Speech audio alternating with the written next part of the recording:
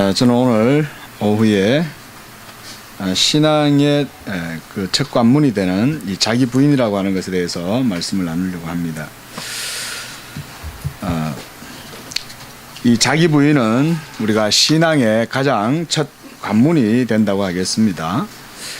그러나 이 자기 부인의 단계도 자기의 의지나 선택 또는 결단으로 이루어지는 것이 아니고 성령의 주권적인 역사로 말미암는 것이다, 이렇게 말씀드릴 수 있습니다. 그리고 이 자기 부인이 없는 그런 신앙은 브레이크 없는 열차와 같다, 그렇게 비유도 들 수 있겠고요. 그래서 자기 부인이 없는 이런 신앙이란 성립될 수 없는 것이라 하겠습니다. 자기 부인에는 또한 즉각적으로 그리스도를 믿는 믿음이 항상 수반됩니다. 그러나 논리적으로 유효적인 그런 소명이나 또 중생, 우리가 이런 어떤 구원의 서정이라고 하는 회심, 이러한 것이 있고, 그런 이후에 자기 부인의 상태가 이르게 됩니다. 자기 부인이란 또한 자기 자신을 객관적으로 바라보는 그런 상태가 된다는 것을 의미합니다. 즉, 자기를 반성할 수 있는 인식의 능력이 생겨야 자기 부인이 가능하게 되는 것이죠. 그러나 사람의 도덕적인 능력은 자신 스스로의 존재를 능동적으로 파악하지 못할 뿐 아니라 기껏해야 주관적이고 상대적인 그런 윤리적인 차원 정도에서 머무를 뿐이고, 하나님의 의에 합당한 수준과 방식에서 자기 자신을 파악한다는 것은 사실상 어렵습니다. 하나님의 의의 기준은 바로 율법입니다. 이 율법은 영혼의 거울이어서 아무리 고매한 인격과 인품을 가졌다고 해도 이 율법 앞에서 자신의 숨은 죄와 교만이 드러나지 못할 것이 하나도 없습니다. 이 무슨 굉장히 파격적인 말씀이냐, 그런 생각이 들겠지만, 하나님의 율법은 우리 속에 깊이 감춰져 있는 은밀한 죄까지도 다 드러내는 것입니다. 그래서 성경을 보면 율법의 이러한 속성에 대해서 많이 말씀하는데, 하나님의 도는 도가니에서 7번 단련한 은 같아서 완전하고 정미하며 사람의 폐부를 시험하고, 그리고 그 앞에서 감추인 것이 드러나지 않을 것이 하나도 없으며 사람들의 은밀한 죄악을 모두 드러내신다, 이렇게 성경은 말씀합니다. 바로 이것이 율법이라는 거예요. 그러므로 시험하시는 여호와의 율법 앞에서 자신이 의인으로 드러나게 될 사람은 하나도 없다, 성경은 그렇게 말씀하죠. 모두가 정죄를 받고 이 율법 앞에서 걸림이 될 것입니다. 이러한 율법의 판단 아래에서 누가 자신을 의롭다고 당당하게 말할 수가 있겠습니까? 율법은 이와 같이 우리 영혼의 거울이어서 자기 자신을 바라보게 하고 자신의 존재가 사망에 처해 있고, 그리고 자신이 율법 앞에 서보면 내가 사는 것이 아니라 내 안에 죄가 사는 것을 보게 된다는 거예요. 이런 말씀을 우리가 사도 바울이 잘 변론을 해주셨죠. 우리 로마서 7장 7절 한번 볼까요? 로마서 7장 7절에서 17절 말씀을 보면 사도 바울은 이런 율법의 속성에 대해서 잘 설명을 해주고 있습니다. 7절 말씀 제가 읽어봅니다. 율법이 죄냐? 그럴 수 없느니라. 율법으로 말미암지 않고는 내가 죄를 알지 못하였으니 곧 율법이 탐내지 말라 하지 아니하였다면 내가 탐심을 알지 못하였으리라. 8절 율법이 없으면 죄가 죽은 것임이라. 9절 전에 율법을 깨닫지 못했을 때에는 내가 살았더니 계명이 이름에 죄는 살아나고 나는 죽었다 그랬습니다. 또한 13절 말씀 보시면 오직 죄가 죄로 드러나기 위하여 선한 그것으로 말미암아 나를 죽게 만들었으니 이는 계명으로 말미암아 죄로 심히 죄되게 하려 하심이라 그랬습니다. 자, 여러분, 이와 같이 율법이 나에게 다가오고 그 율법이 내 영혼의 빛을 비추이면, 야, 내가 잘생겼네, 내가 멋있는 사람이네, 내가 꽤 괜찮은 사람이네, 내가 지혜롭고 의롭고 선한 사람이네, 이렇게 자화자찬을 늘어놓는 것이 아니고, 어라, 나는 사망의 사람이로구나, 아, 나는 죽었구나, 그리고 내가 그동안 살았는 줄 알았는데 알고 보니 내가 산 것이 아니라 내 안에서 죄의 권세가 역사하고 있었구나, 나는 죄의 노예에 불과했구나, 내가 산 것이 아니라 내 속에 살았던 것은 죄였구나, 이런 고백을 하게 된다는 거예요. 이런 고백에까지 도달해야 됩니다. 이것이 그리스도인의 첫 관문인 자기 부인의 인식의 첫 단계예요. 예. 그러나 율법이 이와 같이 준엄한 판단과 시험 앞에서도 자신이 의롭다고 주장하는 사람이 있어요. 성경을 보면 놀라운 사람입니다. 그는 바로 그리스도의 의를 믿는 믿음의 사람. 이런 사람이 성경에 있어요. 자, 우리 시편 말씀 한번 찾아보겠습니다. 시편 139편 23절 24절 우리 함께 말씀을 읽어봤으면 좋겠습니다. 시편 139편에서 23절 24절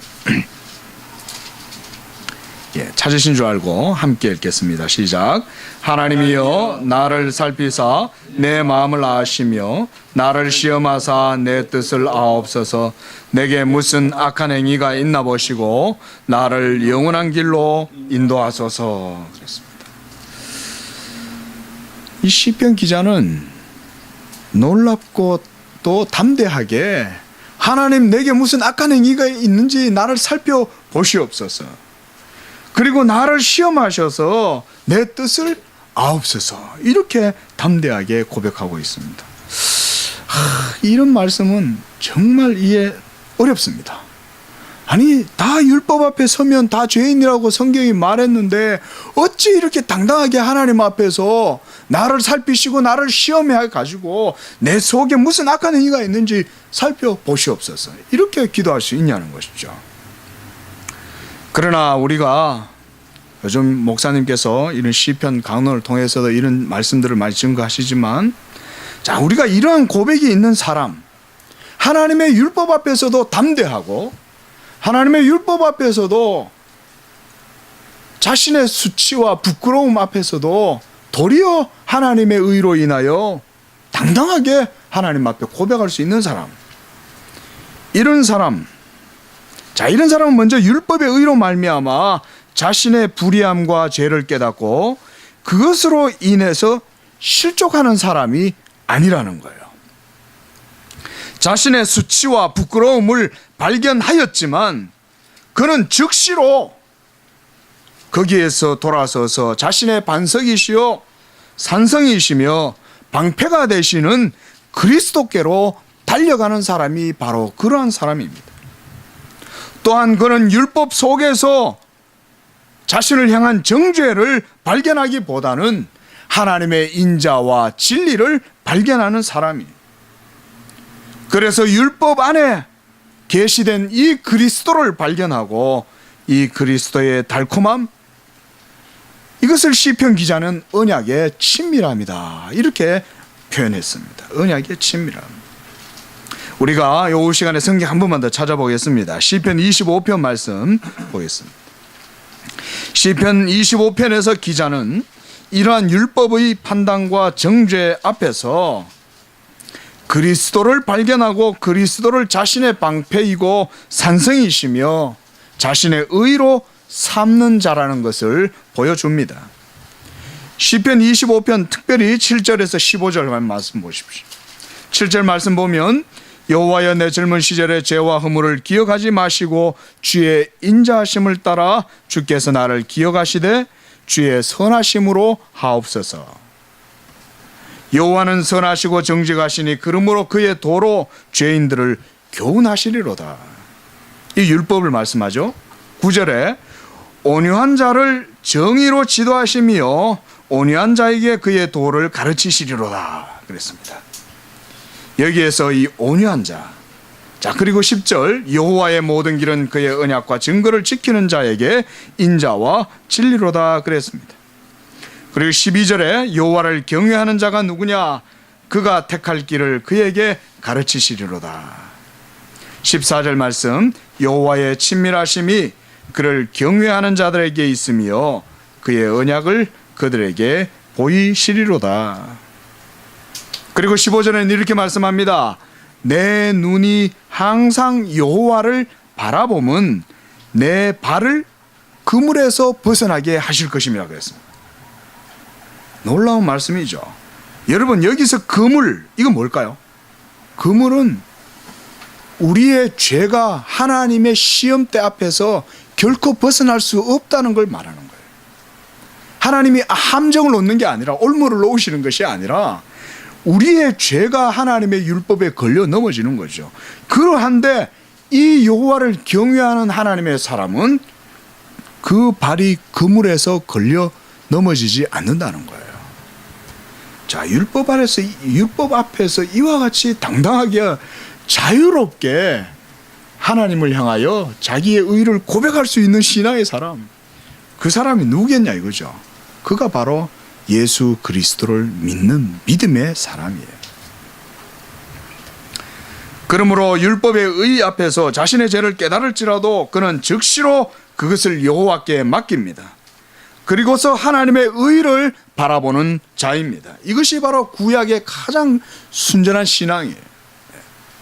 자신의 죄가 드러날지라도 그것을 감추거나 부정하지 않고 도리어 여호와께서 의롭고 선하시기 때문에 그분의 자비하심으로 죄인을 사하여 주시고 구원의 길로 인도하실 것이라는 것을 고백하는 것입니다. 이런 사람을 일컬어서 성경은 바로 오늘 9절에서 온유한 자다 이렇게 말합니다. 온유한 자. 여호와를 경외하는 이에게 여호와께서는 친밀함으로 다가가시고 그들에게는 하나님의 언약을 보여주신다고 하는 사실입니다. 그렇다면 또한 여기서 하나님의 언약이라고 할 때 이 언약은 뭘까요?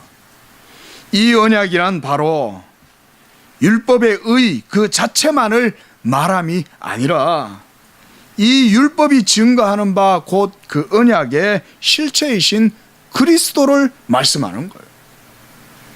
율법에 계시되어진 예수 그리스도, 그가 바로 언약의 실체가 되십니다. 하나님께서는 바로 그리스도, 하나님을 경외하는 자에게 이 그리스도의 은혜를 그에게 비추어 주시는 것입니다. 그러므로 시편 기자의 이러한 고백은 항상 율법 안에 계시된 그리스도에 대한 믿음의 증거를 가진 것이라 하겠습니다.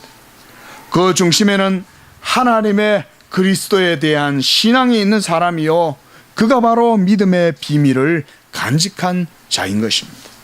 이 믿음의 비밀을 가진 사람만이 경건의 비밀을 아는 사람이에요.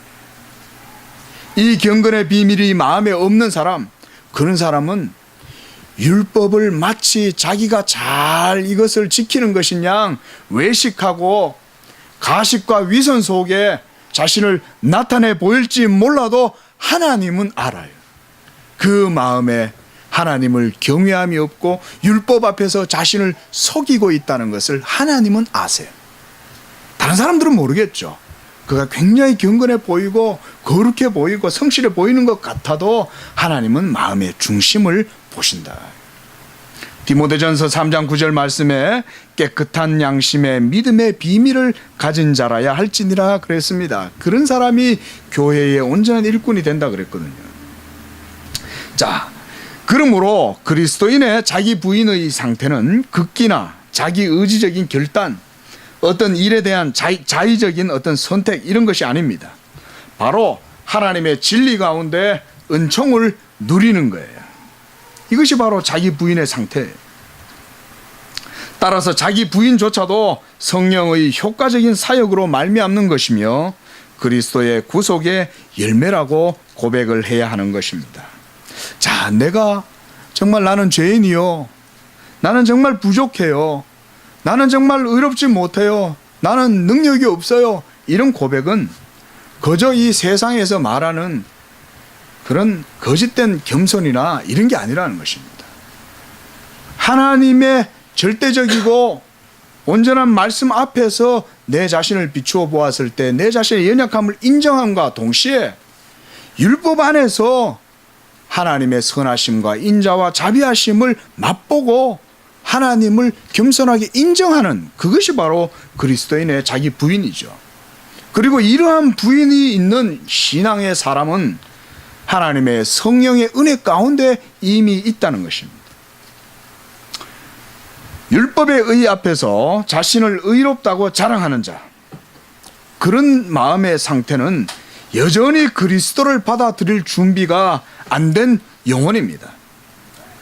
그리스도는 영혼의 의사이십니다. 의사는 이 병든 자에게라야 쓸모가 있습니다. 자신이 아무런 병에 걸리지 않고 건강한 자라고 생각하는 사람은 이 그리스도께 나오지 않을 것입니다. 그러나 자신이 불치병에 걸려 있고 자신의 힘으로는 절대로 해결할 수 없는 이 병에 걸렸다면 그는 그리스도에게로 나아갈 것입니다. 그는 그리스도에게로 달려오는 모든 자에게 방패가 되시고 산성이 되시고 시편 18편 30절에 하나님의 도는 완전하고 여호와의 말씀은 정미하니 저는 자기에게 피하는 모든 자의 방패다 그랬습니다. 하나님은 완전하고 정미하셔서 자기에게 오는 자에게 부끄러움을 주고 수치를 주고 그들을 정죄하고 심판하시는 분이 아니라 도리어 하나님이 완전하시고 하나님이 정미하셔서 그 말씀을 의지하여 그에게 오는 자에게는 도리어 그가 방패가 되어 주신다고 말씀하는 거예요. 또한 신앙에 있어서 자기 부인이라고 하는 것에는 우리가 선택의 여지가 없습니다. 자기 부인은 그리스도인은 자신을 부인하든지 그렇지 않든지 이 둘 중에 하나의 상태에 속해 있어요. 그 중간은 없습니다. 즉 이 말은 사람은 영적이지 않으면 육적인 것 외에는 없다는 거예요. 자기를 부인하는 사람은 그리스도의 신령한 말씀을 따르는 영적인 사람이요, 자기를 부인하지 않는 사람은 육적인 것에 만족하며 자기 의에 빠져서 있는 그런 육적 상태밖에 없다는 거예요. 육적인 것은 이와 같이 자기의 의를 자랑하는 상태입니다. 그러나 영적인 상태는 그 자체로 그리스도의 의로 인하여 만족하고 자랑하는 것입니다.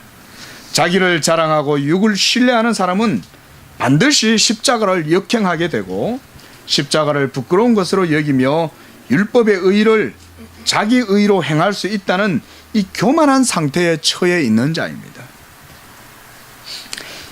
그러나 이것은 먼저 사실 자신을 속이는 행위입니다. 왜냐하면 하나님의 율법의 판단이 온 세계에 분명하게 서 있고 양심은 이것을 변명하거나 핑계할 수 없게 하기 때문입니다. 하나님의 심판하시는 칼이 역사의 중심에 분명히 서 있으며 그리스도의 십자가가 이것을 증명하는데, 자신이 의롭다고 여기면서 자신을 부인하지 않는다면 그것이야말로 하나님의 준엄한 판단을 무시하고 손바닥으로 하늘을 가리는 그러한 일이 될 것입니다. 그러므로 이 자기 부인에 있어서 이 회개는 그와 같이 신앙의 첫 관문이라고 하겠습니다. 다음으로 자기 부인은 곧 자기 십자가를 지는 것입니다. 그리스도께서는 누구든지 자신을 따르고자 하면 자기 십자가를 져야 한다 이렇게 말씀하셨습니다. 오늘 읽었던 우리가 24절 말씀을 보면 예수께서 제자들에게 누구든지 나를 따라오려거든 자기를 부인하고 자기 십자가를 지고 나를 따를 것이니라 그랬습니다. 이 말씀은 곧 자기를 부인하는 것은 자기의 십자가를 지는 것과 같다는 것입니다. 그리스도를 따르고자 하면서 자기를 부인하지 않는다면 그것은 주님께 합당치 않다고 하셨습니다. 자기를 부인한다는 것은 자기 자신을 또한 그리스도의 십자가에 못 박았다는 것을 의미합니다.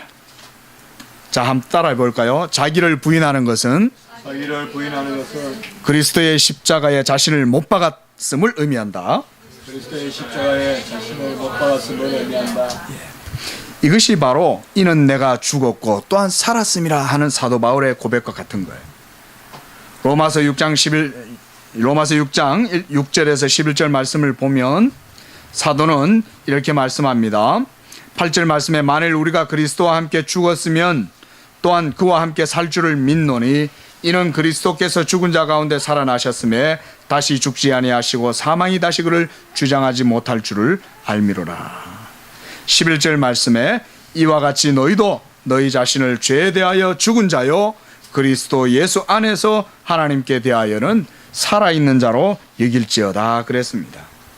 또한 갈라디아서 5장 24절에서도 그리스도 예수의 사람들은 육체와 함께 그 정과 욕심을 십자가에 못 박았다 그랬습니다. 여러분, 이것이 우리 그리스도인의 신앙의 사실 핵심이죠. 모든 신앙의 삶에 있어서 처음 칭의회 때뿐만 아니라 모든 성화의 과정에 있어서 그리고 영화의 상태에 이르기까지 이 자기 부인이라고 하는 것은 계속해서 지속적으로 이루어져야 되는 것입니다. 그러므로 오늘 본문에서 주님은 누구든지 자신의 목숨을 살리려고 하는 자는 죽게 되고 진리를 위하여 목숨을 잃게 되면 생명을 얻게 되리라 이렇게 말씀하신 거예요. 생명을 버리는 자는 얻을 것이며 생명을 얻고자 하면 죽게 된다. 이와 같은 말씀은 다른 데 있지 않습니다. 이것은 바로 예수 그리스도의 십자가의 구속의 이 사건을 말씀하시는 거예요. 그러므로 자기 부인은 자기 의를 부인함과 동시에 자기 자신의 어떤 자학이라든지 극기 이런 것이 아니고 진리를 위하여 자기의 목숨을 아끼지 않는 것이요 십자가의 진리로 말미암아 자신의 생명을 다시 얻게 되리라는 말씀입니다. 도리어 자신을 얻게 되는 것이 자신을 부인하는 것은 자기 자신을 버리는 것이 아니라 도리어 자신을 얻게 되는 것이요 그것이 바로 복음의 진리이며 하나님 나라의 원리라는 것입니다. 자, 마태복음 16장 25절 오늘 본문 말씀 다시 한번 보십시오. 누구든지 제 목숨을 구원하고자 하면 잃을 것이요 누구든지 나를 위하여 제 목숨을 잃으면 찾으리라. 우리 모두가 다 그리스도의 십자가에 정과 육신을 다 못 박은 줄로 믿으시기 바랍니다. 그리스도와 함께 내가 죽었다라고 하는 이 사실을 인식하고 자기를 부인할 때에 그가 바로 참된 생명을 누리게 되는 것입니다. 내가 그리스도와 함께 십자가에 못 박혔나니 갈라디아서 2장 20절 말씀 유명한 말씀이죠. 그런즉 이제 내가 사는 것이 아니요 오직 내 안에 그리스도 예수께서 사시는 것이라. 이제 내가 육체 가운데 사는 것은 나를 사랑하사 나를 위하여 자기 자신을 버리신 하나님의 아들을 믿는 믿음이니라. 믿음 안에서 사는 것이라 그랬습니다. 자, 그렇다면 이러한 자기 부인은 어디까지인가? 자기 부인의 상태에 어디까지인가? 참된 그리스도인은 그리스도의 십자가에서 자기의 죽음을 보아야 합니다. 예수 그리스도의 십자가는 그저 목에나 걸고 다니고 책상 위에나 놔두는 그런 물품이 아니죠.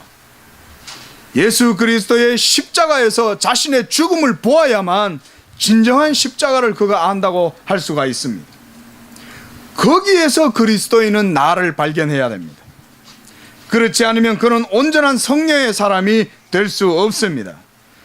또한 그의 삶은 예배자의 삶이 될 수가 없습니다.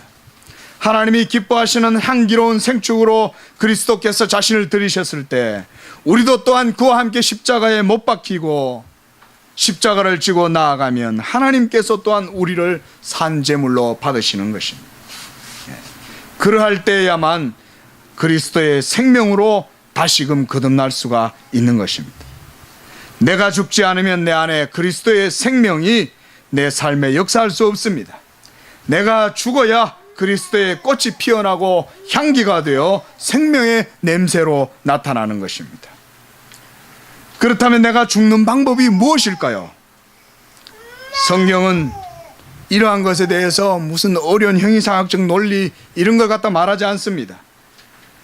단지 예수 그리스도를 진실되게 믿는 것, 거기에 이와 같은 자기 죽음의 교리가 있는 것입니다.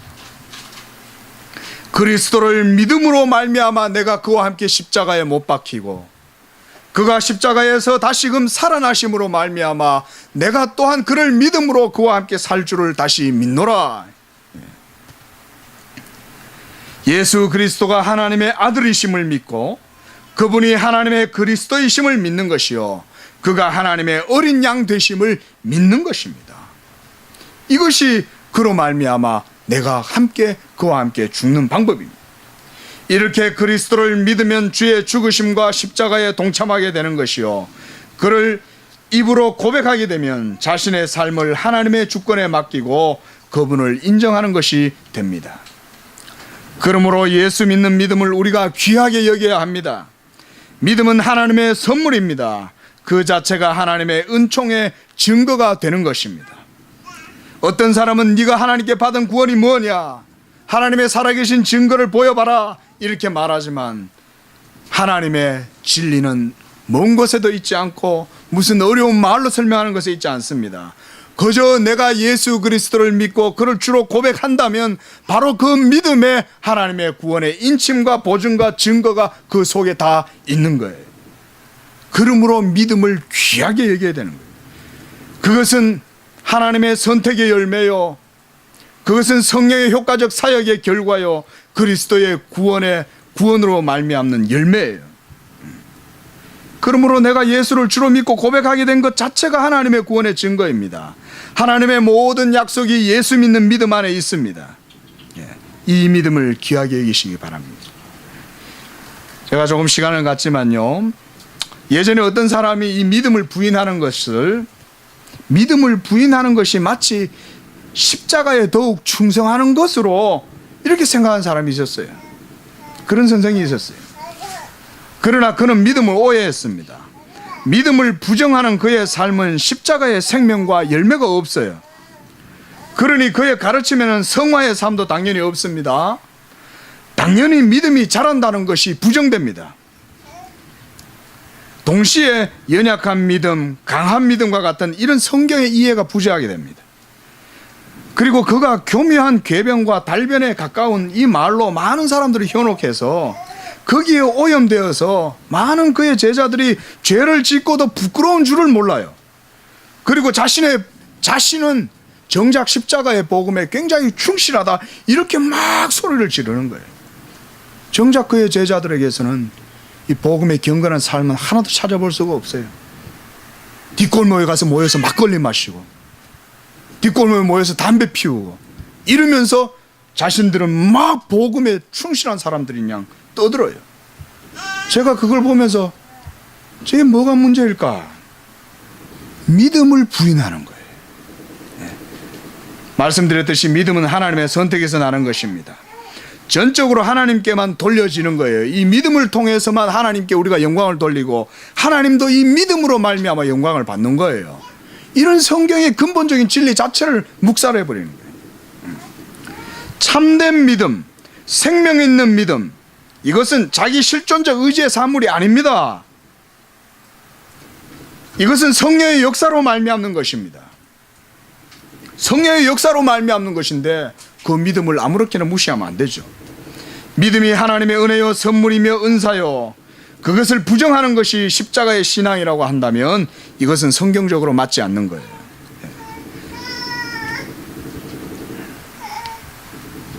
자, 선물을 주시는 이의 호의를 자기가 불의하다 해서 이것을 받아들이지 않는다면 이것을 주시는 분의 호의를 자기 의지로 끝내 받아들이지 않는 것 외에 다를 바가 없죠.